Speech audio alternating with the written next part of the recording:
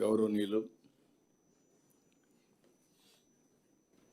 మిత్రులు deputy chief minister Pavan Kalyan గారు, సహచర మంత్రివర్గ సభ్యులు,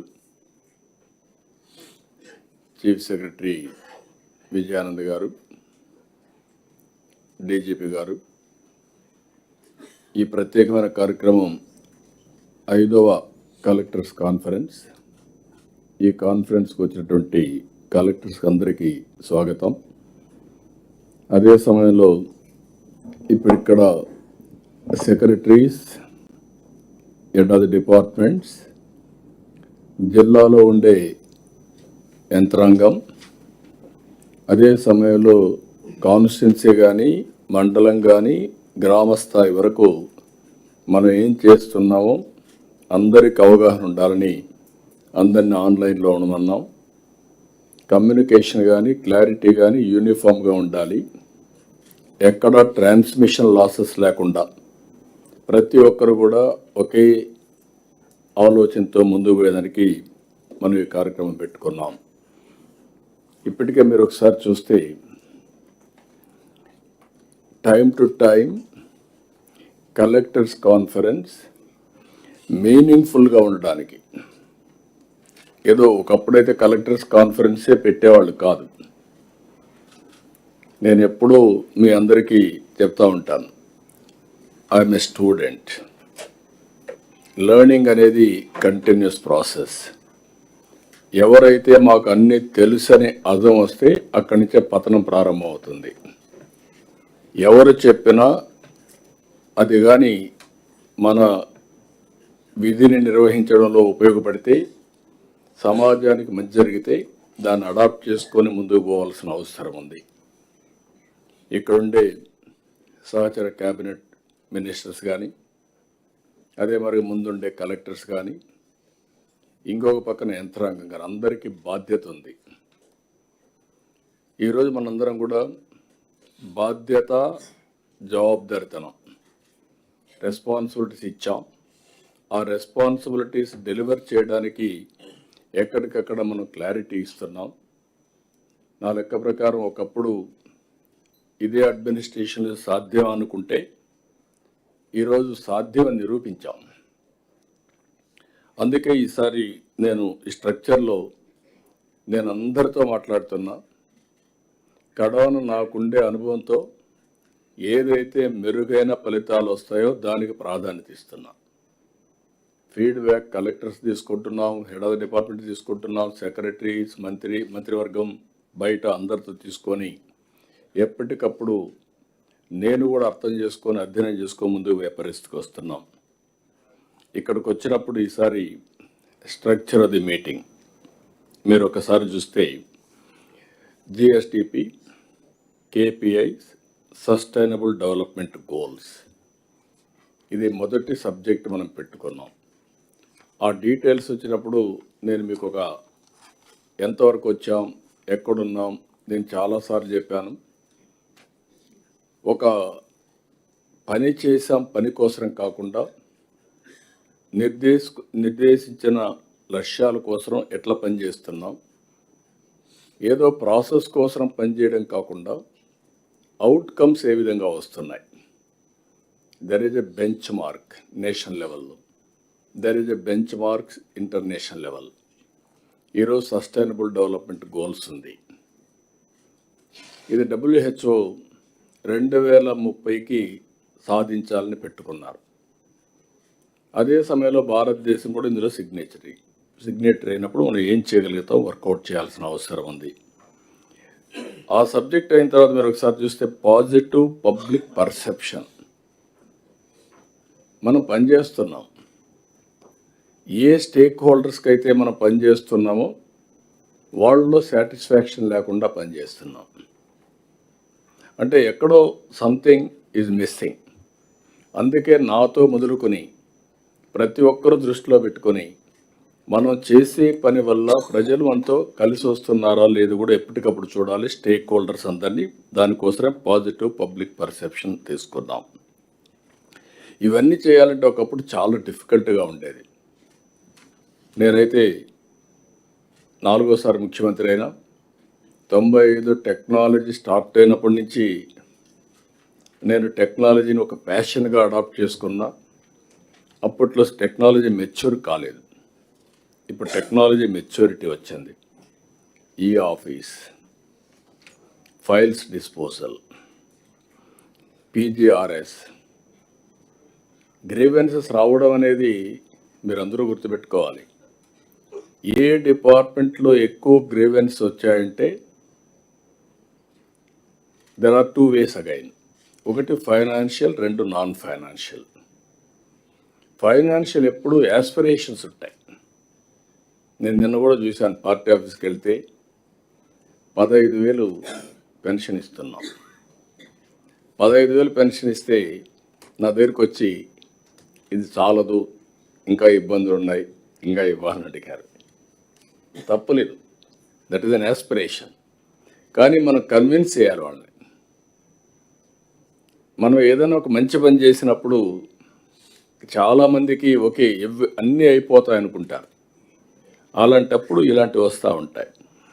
రెండోది, ఇక్కడికి వచ్చినప్పుడు కొన్ని డిపార్ట్మెంట్స్ వ్యవస్థలో ఉండే లోపాలు కానీ వ్యవస్థని దుర్వినియోగం చేయడం కానీ, దీనివల్ల కొన్ని సమస్యలు వచ్చాయి. అందులో భాగంగా రెవెన్యూ.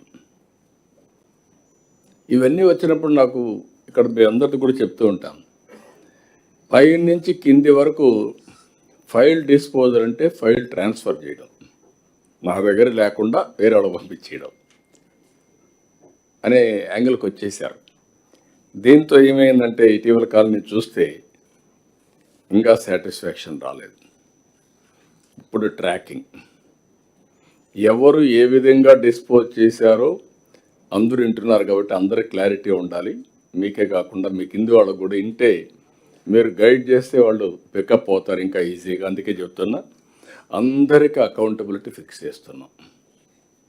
రేపటి నుంచి రెవెన్యూ డిపార్ట్మెంట్లో కంపల్సరీగా ఏదైతే ఇవన్నీ పెట్టిన తర్వాత బ్లాక్ చైన్ టెక్నాలజీస్ కూడా ఉపయోగించి ఎవరైతే రాస్తారో ఆ ఆర్డర్స్ ఆటోమేటిక్గా ఉంటాయి అక్కడ. టుమారో అతను తప్పు చేశాడు, మిస్చిఫ్ చేశాడంటే ఆటోమేటిక్గా తెలుస్తుంది. ఇప్పుడు లింక్ ఫైల్స్ కూడా లేని పరిస్థితి. డిస్పోజ్ చేస్తున్నారు, ఆ ఫైల్ ఎక్కడ పోయింది ఎవరికి తెలియదు. అలాంటి వ్యవస్థకి మనం ఈరోజు నుంచి ఎండ్ చేసి ఒక మంచి సిస్టమ్ని ఎస్టాబ్లిష్ చేసుకోవాల్సిన అవసరం ఉంది. డిపార్ట్మెంట్లో ఉండే పర్ఫార్మెన్స్ కానీ పీజీఆర్ఎస్ కానీ రెండు కూడా నేను మీకు అందరికీ రిపీటెడ్గా చెప్తున్నా, రాబోయేది data driven decision making governance. నేను ఈ మాట వాడుతున్నాను మీ అందరితో. మీరు బాగా చేశారని మీరు అనుకుంటున్నారు, ఎండ్ అవుట్కమ్ రావడం లేదు. మీరు బాగా చేశామని అనుకుంటున్నాం, నేను కూడా, కానీ ప్రజలు మెచ్చడం లేదు. ఏ స్టేక్ హోల్డర్స్ కోసం పనిచేసామో వాళ్ళు మెచ్చకపోతే దెర్ ఈజ్ సంథింగ్. ఒక డిపార్ట్మెంట్ అవుట్ స్టాండింగ్ పర్ఫార్మెన్స్ ఉంది, ఒక డిపార్ట్మెంట్ ఇంకా పికప్ కాల. ఇలాంటివి కూడా సమస్యలు ఉన్నాయి. అందుకే నేను వారానికి ఒక 3-4 గంటలు డేటా మీద కూర్చుంటాను. ఆ డేటా మీద కూర్చున్నప్పుడు నాకు ఒక అవగాహన వచ్చేస్తూ ఉంది. వచ్చినప్పుడు ఎక్కడ నేను ఫోకస్ చేయాలి, గవర్నమెంట్ ఫోకస్ చేయాలి. I'm very happy. మిత్రుడు పవన్ కళ్యాణ్ గారు కూడా ఆయన డిఫరెంట్ ఫీల్డ్లో నుంచి వచ్చిన స్ట్రగుల్ అవుతున్నాడు బ్రహ్మాండంగా. నేను చూస్తే ఒక ఎగ్జాంపుల్ చెప్తున్నా మీకు. మేము ఉద్యోగాలు ఇచ్చాం, ఎన్నో సంవత్సరాలుగా ఒక కోరిక. మొన్నే డిఎస్సి చేశాం. ఎన్ని పిటిషన్ రావాలనో అన్ని కంప్లైంట్స్ వచ్చి, రిట్లు వచ్చి, హైకోర్టు నుంచి సుప్రీంకోర్టు వరకు వస్తే 31 కేసులు ఫినిష్ చేసి నిన్న వాళ్ళకందరికి ఉద్యోగాలు ఇస్తే ఎంత హ్యాపీగా ఫీల్ అయ్యారంటే హిస్టారికల్ మీటింగ్ అనిపించింది. అంత మునుపు డిఎస్సి పెట్టాం, దానికి ఇదే అంద అన్ని రిట్లేసి గందరగోళం చేస్తే అన్నీ కూడా క్లియర్ చేయించాం. అక్కడికి వచ్చినప్పుడు డిప్యూటీ సీఎం గారు కూడా ఒక కానిస్టేబుల్ మీరు గుర్తుపెట్టుకోవాలి. మమ్మల్ని ఒక రిక్వెస్ట్ అడిగాడు, సార్ నాకు ఉద్యోగం వచ్చింది హ్యాపీ, మా ఊరికి రోడ్డు లేదు, ఆ రోడ్డు చేస్తానని అడిగాడు బాబురావు. నేను డిప్యూటీ సీఎం గారు అక్కడే ఉన్నారు కాబట్టి పంచాయతీరాజ్ డిపార్ట్మెంట్ వారిదే కాబట్టి నేను చెప్పాను. వారు అక్కడి నుంచి డిపార్ట్మెంట్కి మెసేజ్ ఇచ్చి దానికి 3.9 crores కాస్ట్ అవుతుందని చెప్పి ఎస్టిమేట్స్ తీసుకొచ్చి మీటింగ్లోనే అనౌన్స్ చేశాం. That is the response. మీరు గుర్తుపెట్టుకోవాలి, బాధ్యత కలిగిన ప్రభుత్వం అంటే మీకుండే అధికారాలను దుర్వినియోగం చేయడం కాదు, సద్వినియోగం చేయడం. ఇలాంటి ప్రతి ఒక్కరిలో ఒక ప్రోయాక్టివ్ గవర్నెన్స్. ఈరోజు ఊరికే పెట్టుబడులు రాలేదు, మీరు గుర్తుపెట్టుకోవాలి. ఎప్పుడో ఒక విత్తనం వేశారు హెచ్ఆర్ మినిస్టర్ గారు లోకేష్ గారు, ఎక్కడ అమెరికాలో గూగుల్కి. వాళ్ళు ఇండియాలో పెట్టాలనుకుంటే ఎవరు గుర్తొచ్చాడు, మనమే గుర్తొచ్చాం. దానికి కూడా మళ్ళీ పర్ఫార్మెన్స్ ఉంది. Green energy, cost effective energy, దానికి మనం దోహదం చేశాం. దోహదం చేసినప్పుడు వాళ్ళు ఆలోచించి ఫస్ట్ టైం రిఫార్మ్స్ వచ్చిన తర్వాత $15 బిలియన్ ఇన్వెస్ట్మెంట్ విశాఖపట్నానికి వచ్చిందంటే అది ఈ ప్రభుత్వం యొక్క పట్టుదల, చేసే పర్ఫార్మెన్స్. ఇక్కడికి వచ్చినప్పుడు మీకు అందరికీ ఇదే కాకుండా డేటా లేక్ తీసుకొచ్చాం. ప్రతి ఒక్క citizen data, family data, data అంతా కూడా రియల్ టైం. మీ ఫైల్స్ అన్నీ కూడా ఇంకా నాకు కొన్ని ఉన్నాయి. ఎట్టి పరిస్థితుల్లో జనవరి కట్ ఆఫ్ డేట్, ఫైల్స్ అన్నీ ఆన్లైన్లోనే ఉంటాయి. అక్కడి నుంచి ఇంకా ఎవరిని ఇంట్లో పెట్టుకుంటే they will be held responsible. అన్నీ ఆన్లైన్కి రావాలి. రెండోది, all services will be online. దానికి కట్ ఆఫ్ డేట్ పెట్టాం. కొంతమంది ఇంకా కూడా ఆఫ్లైన్లో ఇచ్చే పరిస్థితికి వస్తున్నారు. ఇలాంటివన్నీ పోవాలి. ఇప్పుడు నెక్స్ట్ మనం పోయిన విధానం మీరు ఒకసారి చూస్తే అవేర్ తీసుకొచ్చాం. ఎక్కడికక్కడ సెన్సార్స్ పెట్టాం, ఐఓటీ డివైసెస్ పెట్టాం. Around 40 parameters. మీకు డేటా కావాలంటే రియల్ టైం మీ కంప్యూటర్లో ఉంది. దీనికి ఆర్టిఫిషియల్ ఇంటెలిజెన్స్ తీసుకొచ్చాం. మీరు ఏదైనా డెసిషన్ మేకింగ్ కావాలంటే రియల్ టైం మీ జిల్లాకు సంబంధించింది, మీ గ్రామానికి సంబంధించింది, ఒక సమస్యకు సంబంధించింది మీరు తీసుకునే పరిస్థితి తీసుకొస్తున్నాం. నేను చాలాసార్లు మీ అందరికీ చెప్పాను, we are an inspiring time. Hard work కాదు, స్మార్ట్ వర్క్ చేస్తే ఏదైనా సాధ్యం. అది మనం చేసుకుంటా పోతే ఈజీ అవుతుందని చెప్పాను. ఇన్ కోర్స్ ఆఫ్ టైం మీరే చూస్తారు. ఇక్కడికి వచ్చినప్పుడు ఇంకొక సబ్జెక్ట్, మనం centrally sponsored schemes. Almost all centrally sponsored schemes అని డిఫెక్ట్ అయిపోయినాయి.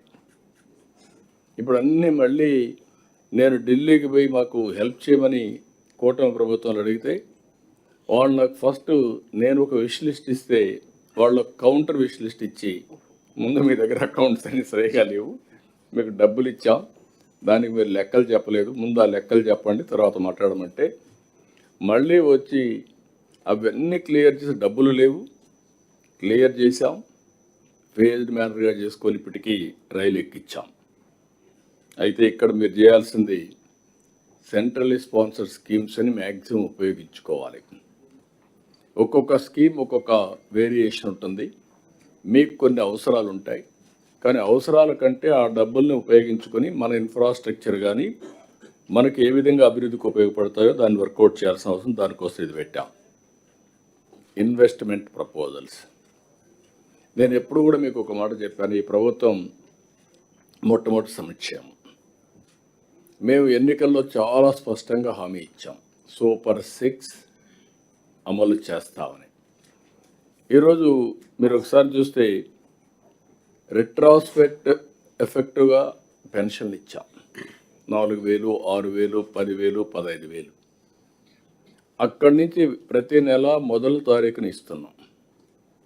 పేదల సేవలో మన అందరం పోయి కూడా మళ్ళీ ఇస్తున్నాం, అంటే రీఎన్ఫోర్స్ చేయడానికి మళ్ళీ చేస్తున్నాం. ఒకప్పుడు జీతాలు కానీ ఉద్యోగస్తులకు పెన్షన్లు కానీ ఇవ్వలేని పరిస్థితి ఉంటే ఈరోజు అవి రెండు కూడా రెగ్యులేట్ చేసి మొదటి తారీఖున అవసరమైతే ఆ రోజు హాలిడే అయితే 1 డే ఇన్ అడ్వాన్స్ ఇస్తున్నాం. రెండో ప్రోగ్రాం మీరు చూస్తే తల్లికి వందనం. దాన్ని కూడా అందరికీ, 2 పిల్లలుంటే 2 పిల్లలకి, అందరికి 3 ఉంటే కొంతమంది 6 మంది 7 మంది వచ్చిన కూడా ఉన్నారు. భవిష్యత్తులో నాకు అనిపించింది వాళ్ళే ఈ దేశ భక్తులుగా తయారవుతారు. ఎందుకంటే పాపులేషన్ తగ్గిపోతూ ఉంది. ఇప్పుడు మామూలుగా మనం పాపులేషన్ మేనేజ్మెంట్ మాట్లాడుతున్నాం. ఎక్కువ మంది మినిమం 3 children 2 children మాట్లాడుతున్నాం. దానికి ఇది ఉపయోగపడే పరిస్థితి వస్తుంది. ఇంకొక పక్క అన్నదాత సుఖీభవ 2వ ఇన్స్టాల్మెంట్ కూడా ఇచ్చాం.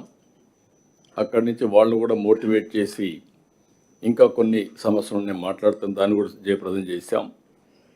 ఇంకొక పక్కన దీపం 2 కానీ, అదే మరి శ్రీశక్తి కానీ, ఇది కాకుండా మెగా డిఎస్సి, నిన్న కానిస్టేబుల్స్, ఇవి అదర్ వెల్ఫేర్ ప్రోగ్రామ్స్ అన్నీ కూడా స్ట్రీమ్ లైన్ చేశాం.